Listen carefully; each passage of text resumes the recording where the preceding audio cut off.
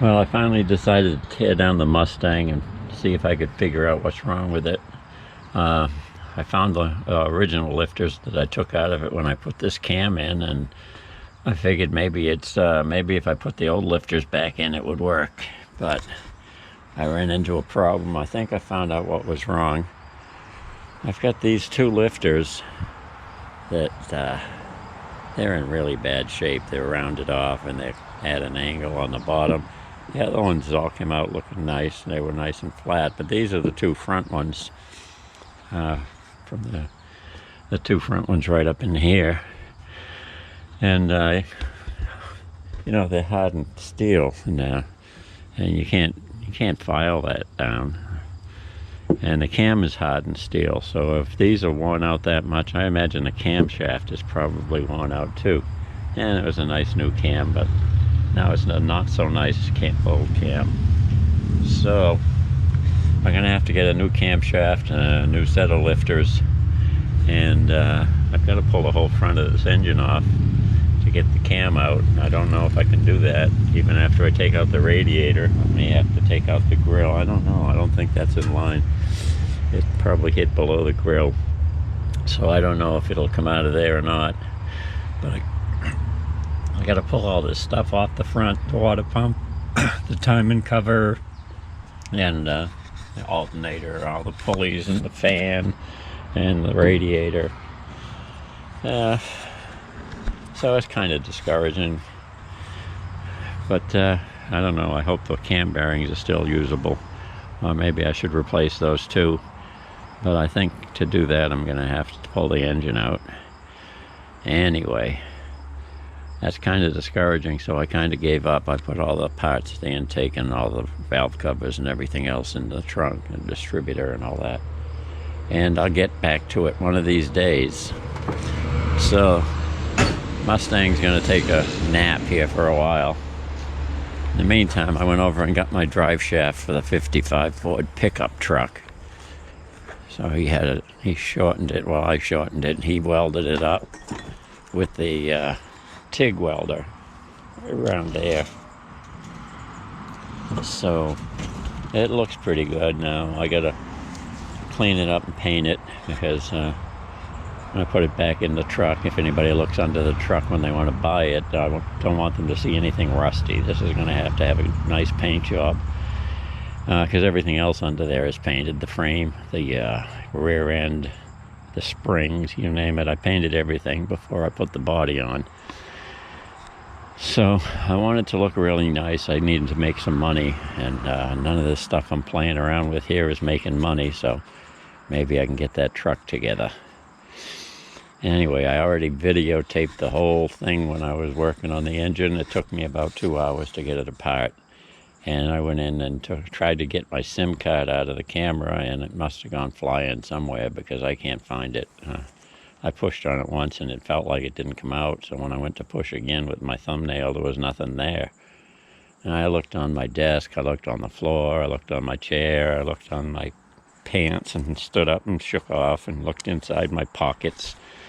And it's nowhere to be found.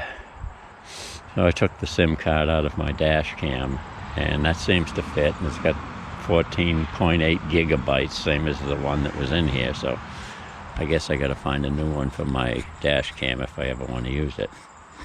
So short video, because it was the long version's lost, and maybe someday I'll find it, but it'll be too late to post it by then. So yeah, tomorrow's big show. I'll get some video of the Parsem car show. That's the Parson Field Seminary. They call it Parsem. It used to be a seminary. It's not anymore. Seminaries where they teach guys to become priests, and so that's gone out of business. I guess being a priest isn't as popular as it once was. And so now there's a car show up there, some kind of a historical site.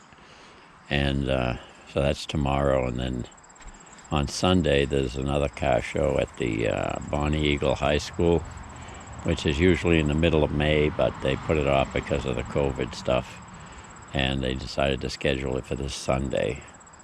So I guess we're going to 2 car shows. Richard still can't get the Pontiac to run right, so he's going to take the Mercury, and I can't get the Mustang going, so I guess I'm going to take the Catalina again. But at least we'll get there, and I'll get some video to put on the internet, and you guys can see what you missed if you haven't been there. Yeah, so this whole problem started with a leaky gasket right here. I think it was leaking down into there, and that would fill up with oil in a few days after driving it, and then the fan would blow it back and mess everything up, and I had to keep washing everything. So I thought I'd take the intake manifold off and replace that gasket that was leaking. And then when I had the intake off, I had these heads with hardened valve seats, and the original heads didn't have hardened valve seats, so I had to keep putting additive in the gasoline. So I figured, what the heck, let's change the heads too. So I changed the heads, and I had a camshaft, a competition camshaft, a new one, and I figured, well, let's put that in too. So I pulled out the engine, put in the cam. I had a noisy throwout bearing, so I figured I'll change that. So while I had it apart, I put a new clutch in it too, and so I wound up putting it all back together again. And then the problem started, and they haven't stopped yet. But I will get this beast going eventually and leave a strip of rubber out there. I haven't been burning rubber with it anyways. I've been babying this thing because the engine is old, almost as old as I am. No, it's the engine's a 67. Yeah, I got the 65 engine in the garage. I had it bored out 30 over, and had the heads done by the same shop, and bought pistons and the cam and lifters and all that stuff. So I didn't change the engine. I didn't put the pistons into the 30 over bored out engine, and I said, to hell with it, I'll run this one. But no, I'm not running anything. So anyways, if you got any suggestions or any ideas of what the hell's wrong with my engine and why it did that, and should I have to replace the cam bearings when I replace the cam, I'm not a professional mechanic, never been paid for being a mechanic.